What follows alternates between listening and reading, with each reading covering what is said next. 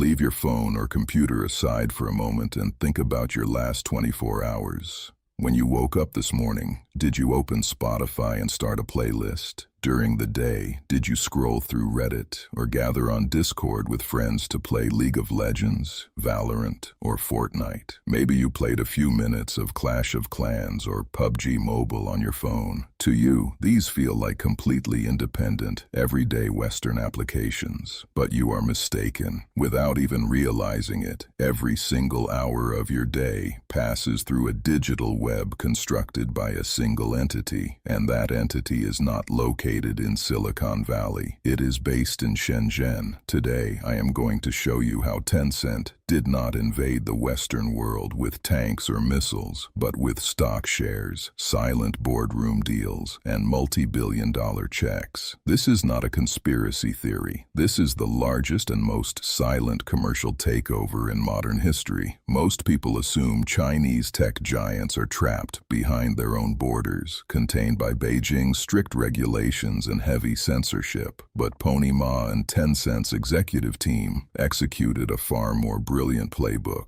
Instead of attempting to force unfamiliar Chinese consumer brands onto global markets, they decided to simply buy the Western brands you already love, trust, and use every single day. The first major target of this strategy was the video game industry. Let's go back to 2011. A small Los Angeles-based game studio named Riot Games had released a title called League of Legends. The game was growing rapidly, but the studio lacked the massive capital required to scale global server infrastructures and build an esports empire. Tencent was the first to knock on their door. First, they acquired a majority stake. By 2015, they owned 100% of the company. Today, League of Legends, Valorant, and Teamfight Tactics, games played by hundreds of millions of people daily, are fully owned by a Chinese conglomerate. But Tencent did not stop there. They acquired a 40% stake in Epic Games, the creator of Fortnite and the Unreal Engine. They handed over $8.6 billion to acquire 84% of Supercell, the Finnish mobile giant behind Clash of Clans. The mobile code for Call of Duty Mobile and PUBG Mobile was written directly inside Tencent's internal studios, from Ubisoft to From Software. The list goes on. Right now, out of every $10 spent in the global gaming industry, at least $3 flow directly or indirectly into Tencent's treasury. So why doesn't Tencent rename these studios and slap massive Chinese logos across their games? Why remain invisible to the Western gamer? Because Pony Ma understood a fundamental reality. Western consumers are inherently suspicious of Chinese state-linked brands. If you saw a Chinese flag on the loading screen of League of Legends, you would immediately question your data privacy. So Tencent deployed the most successful, silent partner strategy in corporate history. The rule was simple. Take seats on the board, control the cash flow, collect the massive dividends, but never interfere with the daily operations or cultural identity of the Western company. They told Western executives to keep doing what they do best, promising unlimited capital with zero creative friction. It sounded like a dream for Western founders.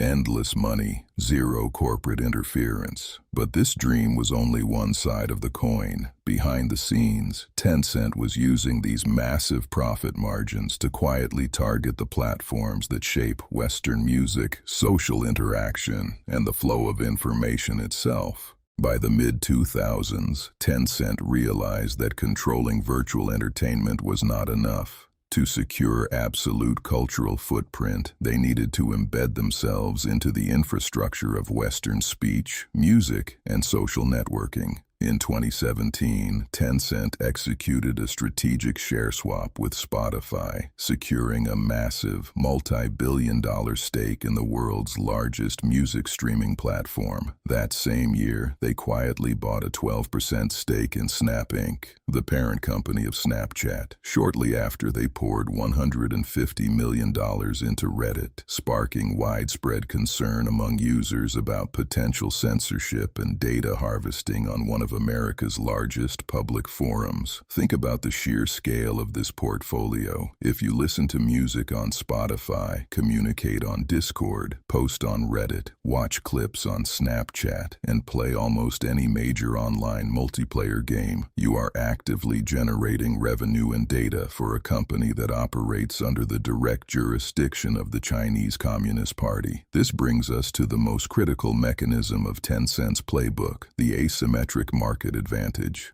While Western tech giants like Meta, Google, and X are completely banned from operating inside mainland China, Tencent was allowed to freely enter Western markets and acquire strategic stakes in Western infrastructure. Silicon Valley was forced to play by strict isolationist rules inside China, while Tencent used its domestic monopoly funds to buy up equity across North America and Europe. For nearly a decade, Western regulators remained asleep at the wheel. They viewed these investments as purely financial transactions, completely ignoring the long-term national security, data privacy, and soft power implications. However, the tide has finally begun to turn. In recent years, agencies like CFIUS, the Committee on Foreign Investment in the United States, began sounding the alarm. Washington realized that a single corporate entity in Shenzhen held potential backdoor access to the personal data, gaming habits, and social interactions of hundreds of millions of Western citizens. Regulators began forcing Tencent to restructure its ownership models, stripping away voting rights in critical defense-adjacent technology studios and putting an end to their unchecked acquisition spree.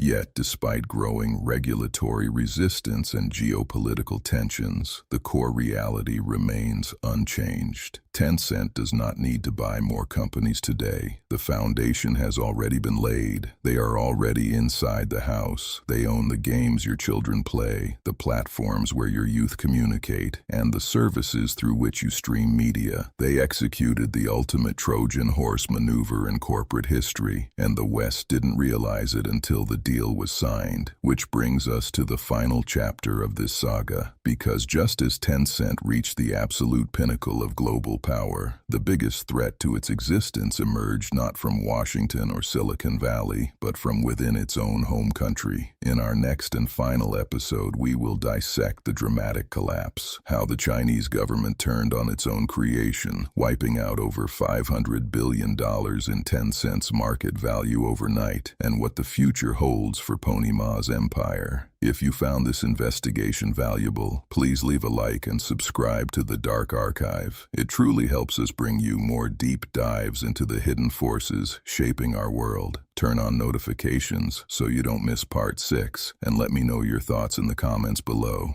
Thank you for watching.